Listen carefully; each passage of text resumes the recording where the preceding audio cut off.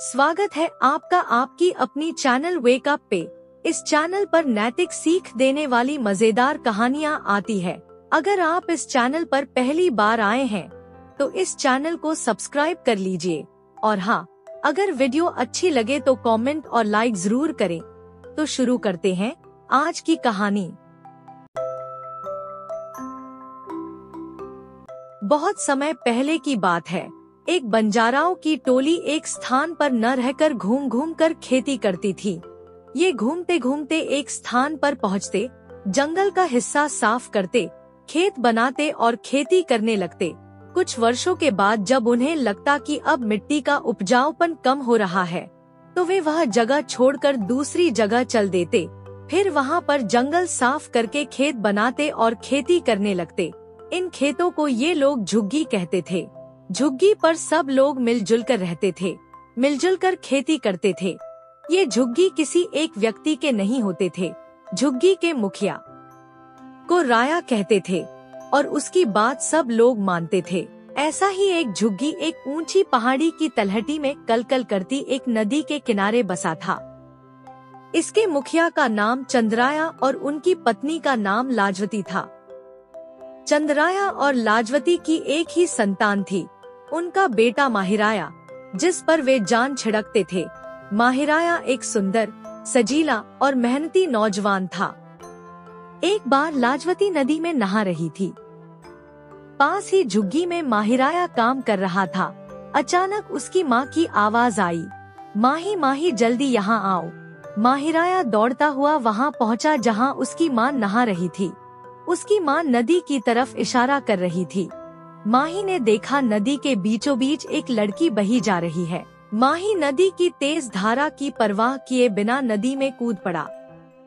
वह तैरता हुआ बीच धारा में पहुंचा, सावधानी से लड़की को पकड़ा और धीरे धीरे उसे किनारे पर ले आया। किनारे आकर उसने लड़की को जमीन पर लेटा दिया। अब तक वहाँ और लोग भी जमा हो गए थे। लाजवती और अन्य लोग लड़की के उपचार में लग गए। माहिराया जल्दी से घर पहुँचा। उसने बांस की खपच्चियों को जोड़कर एक झूला जैसा बनाया। फिर उसे लेकर नदी किनारे गया। लड़की को झूले पर लेटाकर उसे घर ले आया। ओझा को बुलाया गया। ओझा अपनी जड़ी बूटियों की थैली लेकर वहाँ आ गया। उसने लड़की के मुंह में एक बूटी का रस टपकाया। लड़की के पेट में जो पानी चला गया था वह उसके मुंह से बाहर आने लगा और थोड़ी ही देर में उसे होश आ गया। ओझा कुछ और दवाइयाँ देकर वहाँ से चला गया। उस लड़की की देखभाल का जिम्मा अब माहिराया की माँ लाजवती पर था। लड़की ने अपना नाम सामंता बताया। उसके माँ बाप या परिवार के बारे में जब पूछा जाता तो वह चुप रहती, ज्यादा पूछने पर रोने लगती। धीरे धीरे लाजवती ने कुछ भी पूछना बंद कर दिया। लाजवती की बेटी नहीं थी। वह बेटी का सारा प्यार सामंता पर लुटाने लगी।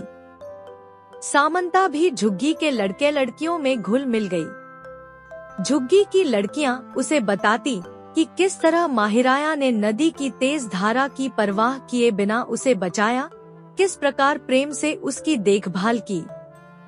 सामंता पर इन बातों का बड़ा प्रभाव पड़ता। धीरे धीरे सामंता माहिराया को मन ही मन प्रेम करने लगी, पर वह कुछ कहने से डरती। सोचती कि पता नहीं माहिराया के मन में मेरे बारे में क्या है। लेकिन उसे पता नहीं था कि माहिराया भी मन ही मन उसे चाहने लगा था। गर्मी का मौसम आया। झुग्गी के नौजवान लड़के लड़कियां जंगल में खाने योग्य फल फूल, जड़ और बांस की नई कोम्पले जमा करने के लिए चल दिए। उनके साथ सामंता भी गई। सबकी पीठ पर बांस की टोकरी बंधी थी और सिर पर बांधने के लिए कपड़े की पट्टी। लड़कों ने हाथ में दाव ले रखे थे। जंगल में पहुंचकर वे लोग चारों ओर फैल गए और फल फूल जमा करने लगे। सामंता भी फल फूल जमा कर रही थी कि उसे सरसराहट की आवाज सुनाई दी। उसने सिर उठाकर सामने देखा तो उसकी चीख निकल गई। सामने एक बहुत बड़ा अजगर एक पेड़ से लिपटा सामंता की तरफ देख रहा था। वह धीरे धीरे कुंडली ढीली कर सामंता की ओर बढ़ रहा था। सामंता की चीख पास में ही काम कर रहे माहिराया ने सुनी तो वह झट से वहां पहुंच गया। वहां का दृश्य देखा तो वह समझ गया कि सामंता की जान खतरे में है, वह अजगर पर टूट पड़ा और उसका मुंह दोनों हाथों से कसकर दबा दिया। अजगर उसे अपनी कुंडली में दबाने का प्रयास करने लगा। तभी माहिराया ने अपने दांव से अजगर को वहीं मार दिया। अजगर की कुंडली ढीली पड़ गई। तब तक सब लड़के लड़कियां वहां आ गए थे। माहिराया ने नदी में जाकर अपना शरीर धोया। फिर सब लोग अजगर को उठाकर गांव की तरफ चल दिए। अंत में माहिराया और सामंता एक दूसरे का हाथ पकड़े हुए चल रहे थे। सामंता का दिल अब तक जोर जोर से धड़क रहा था।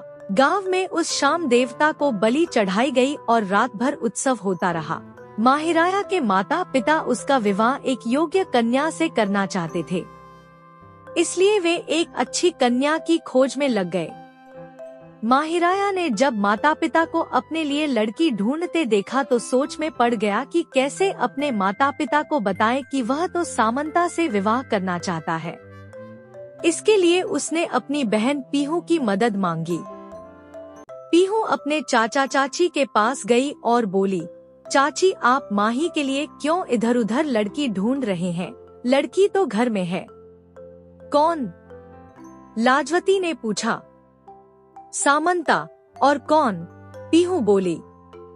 माहिराया के पिता चंद्राया सरदार ने पूछा, अपनी सामंता। यह तो हम भी चाहते हैं, लेकिन क्या माही और सामंता एक दूसरे से विवाह करना चाहेंगे? मैं उन्हीं की तरफ से आई हूँ, पीहू ने उत्तर दिया। माही और सामंता का विवाह हो रहा है। यह बात सारे झुग्गी में फैल गई। सब लोग बहुत प्रसन्न थे और सबसे ज्यादा प्रसन्न माही के माता पिता थे, जो कब से सामंता को अपनी बहू बनाने के सपने देख रहे थे। इस खुशी के अवसर पर किसी को याद नहीं रहा कि उन्हें सामंता के माता पिता या परिवार के बारे में कुछ नहीं पता है। जोर शोर से विवाह की तैयारियां होने लगी। आसपास के सारे झुग्गी वालों और माही के सारे रिश्तेदारों को भी न्योता भेजा गया। माही की माँ बोली, एक एक रिश्तेदारों को न्योता पहुँचना चाहिए, एक भी छूट गया तो वह सारा जीवन उलाहना देता रहेगा। आखिर विवाह का दिन आ गया। सुबह से ही रात के भोज की तैयारियां हो रही थी। सुअर व केकड़े का मांस, हरे कच्चे बांस का सूप और चावल। लड़के लड़कियां रंग बिरंगे कपड़े पहने एक तरफ नाचगान में मस्त थे तो दूसरी तरफ बड़े बूढ़े आप बीती और जगबीती बताने में लगे थे। एक ऊंचे स्थान पर विवाह की वेदी बनी थी, जिसे झुग्गी के लोगों ने सुंदर फूल पत्तियों से सजाया था। सुबह से माहिराया के रिश्तेदार दूर दूर से पहुंच रहे थे। उन्हीं रिश्तेदारों में एक रिश्तेदार था हेमंत। वह भी अपनी दूसरी पत्नी और बेटी के साथ आया। माहिराया के पिता चंद्राया और हेमंत कभी मिले नहीं थे। चंद्राया को केवल यह मालूम था कि हेमंत की पहली पत्नी मर गई थी, तो उसने दूसरा विवाह किया और उसकी दूसरी पत्नी बहुत तेज तर्रार थी। आते ही हेमंत तो बड़ों के बीच में बैठ गया और उसकी पत्नी औरतों की बैठक में चली गई। उसकी बेटी सीधी वहां पहुंची जहां दुल्हन को फूलों से सजाया जा रहा था। जब हेमंत की लड़की ने सामंता को देखा तो वह चौंक गई। यह तो मेरी सौतेली बहन है, जिसने नदी में कूदकर जान दे दी थी। यह यहाँ कैसे? वह दौड़ी दौड़ी अपनी माँ के पास पहुँची और उसे बताया कि दुल्हन कौन है। सुनकर उसकी माँ के होठों पर कुटिल मुस्कान फैल गई। देखें अब कैसे सामंता की शादी इतने अच्छे घर में होती है। वह माहिराया की माँ के पास पहुँची और बोली कि दुल्हन तो उसके पति की पहली पत्नी की बेटी है। हमने समझा था कि वह नदी में डूबकर मर गई। माहिराया और उसका एक ही गोत्र है तो यह शादी नहीं हो सकती। बात तो ठीक है, अगर दोनों का गोत्र एक है तो यह शादी कैसे हो सकती है, लोग कहने लगे। विवाह का सारा आयोजन ठप्प पड़ गया। सब लोग धीरे धीरे वहां से जाने लगे। थोड़ी देर में वहां सन्नाटा छा गया। माहिराय ने जब सुना तो उसने दूल्हे की पोशाक नोचकर फेंक दी। सामंता को छोड़कर सब लड़कियां चली गईं और वह एक कोने में बैठकर रोती रही। बना हुआ भोज का खाना वैसे ही पड़ा रहा, किसी ने कुछ नहीं खाया। ऐसे ही रात हो गई। आधी रात के समय माहिराया सामंता के पास आया और बोला, सामंता, हम एक दूसरे के बिना नहीं रह सकते। यहाँ हमारा विवाह नहीं हो सकता। चलो हम यहाँ से भागकर कहीं दूर चले जाएं। वहाँ हम नया झुग्गी बनाएंगे और नए सिरे से जीवन शुरू करेंगे। माहिराया और सामंता रात के अंधेरे में घर से निकल गए। वे 3 रातें और 3 दिन तक चलते रहे। भूख लगने पर जंगल के फल तोड़कर खा लेते और झरने का पानी पी लेते। इस तरह वे पहाड़ियाँ पार करके एक बड़े झुग्गी में पहुँचे। माहिराया ने झुग्गी के सरदार से वहाँ रहने की अनुमति मांगी, जो उन्होंने सहर्ष दे दी।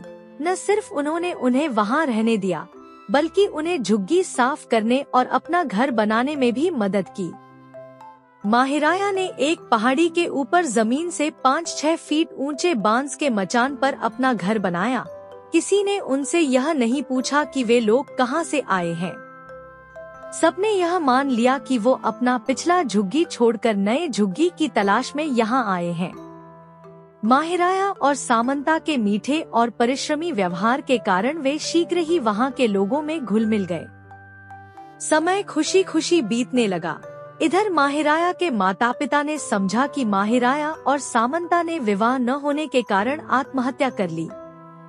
लाजवती अक्सर अपने बेटे को याद करके रोती और इसके लिए सामंता को कोसती। इस तरह वे अपने झुग्गी से सहर्ष निकल गए। पीहू का विवाह हुआ। जब वह विदा होकर अपनी ससुराल के लिए चली, तो गांव के 4 नौजवान रिवाज के अनुसार उसे उसकी ससुराल तक पहुंचाने के लिए उसके साथ चले। जब वे पीहू के ससुराल पहुंचे तो उन्हें एक पहाड़ी के ऊपर एक घर दिखाई दिया। घर एक ऊंचे मचान पर और सबसे अलग था। पूछने पर उन्हें बताया गया कि वह घर माहिराया और सामंता का है। रात में माहिराया के घर में उत्सव हुआ। देर रात तक वे लोग नाचते गाते रहे। गांव लौटकर सबने माहिराया के माता पिता को बताया कि माहिराया और सामंता जीवित हैं। माही के माता पिता की आंखों में खुशी के आंसू आ गए। अपना माही जिंदा है, यह सुनते ही चंद्राया और लाजवती मिलने चल दिए। माहिराया और सामंता जंगल से लौटे। माहिराया की डलिया में फल, फूल और खाने योग्य पेड़ पौधों की जड़ें थी। दोनों जब अपनी घर के पास पहुँचे तो उन्हें वहाँ बड़ी चहल पहल दिखाई दी। उन्होंने देखा कि उनके घर गांव के लोगों से भरी थी और उनके बीच में माहिराया के माता पिता बैठे थे। माही और सामंता बड़े खुश हुए। माही ने अपने पिता माता के पैर छुए। सामंता ने भी ऐसा ही किया। बेटा माही, हम तुम्हें लेने आए हैं। हम तो समझे थे कि तुम लोग अब इस दुनिया में नहीं हो। तुम्हें जीवित देखकर जैसे हमें नया जीवन मिल गया है। माही के पिता बोले। माही की माँ बोली, तुम हमारे साथ चलो बेटा, हम तुम्हारा विवाह सामंता से भी अच्छी लड़की से कर देंगे। सामंता का विवाह भी किसी योग्य लड़के से कर देंगे। तुम्हें पता है तुम्हारा विवाह नहीं हो सकता, यह नियम के विरुद्ध है और देवता भी यह नहीं चाहेंगे। माही ने उत्तर दिया, पिताजी, माताजी, हम दोनों एक दूसरे के बिना नहीं रह सकते। हमारा विवाह हो गया है, हमें क्षमा करें। माही के माता पिता ने बहुत कोशिश की कि माही उनकी बात मानकर उनके साथ चले। जब माही किसी तरह से राजी नहीं हुआ तो माही की माता का सारा क्रोध सामंता पर उतरा। मैंने तुम्हें बेटी का प्यार दिया और तुमने मेरे साथ क्या किया? तुम जादूगरनी हो।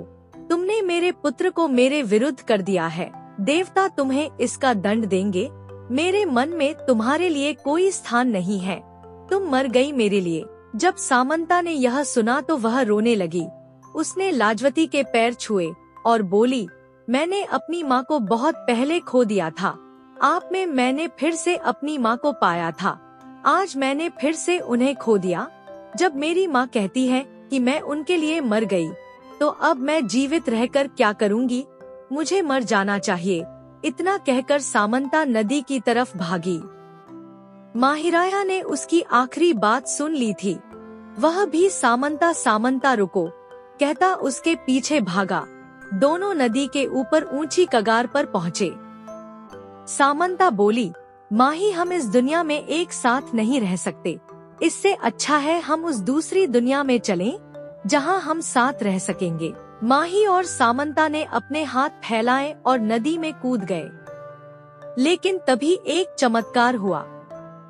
माही और सामंता नीचे जाने की जगह ऊपर आसमान की तरफ उड़ गए। आसमान में पहुंचकर देखते ही देखते वे चमकती बिजली में बदल गए। बिजली को तुरंत काले बादलों ने ढक लिया। उसके बाद माही और सामंता को किसी ने नहीं देखा। आज भी जब आसमान में बिजली चमकती है तो वहाँ के लोग कहते हैं, देखो देखो माही और सामंता। दोस्तों, अगर ये वीडियो पसंद आई है तो इस वीडियो को लाइक और शेयर करते हुए जाएं। और हाँ, इस चैनल को सब्सक्राइब जरूर करें, जिससे कि आगे आने वाली नई वीडियो की नोटिफिकेशन आपको मिलती रहे। धन्यवाद।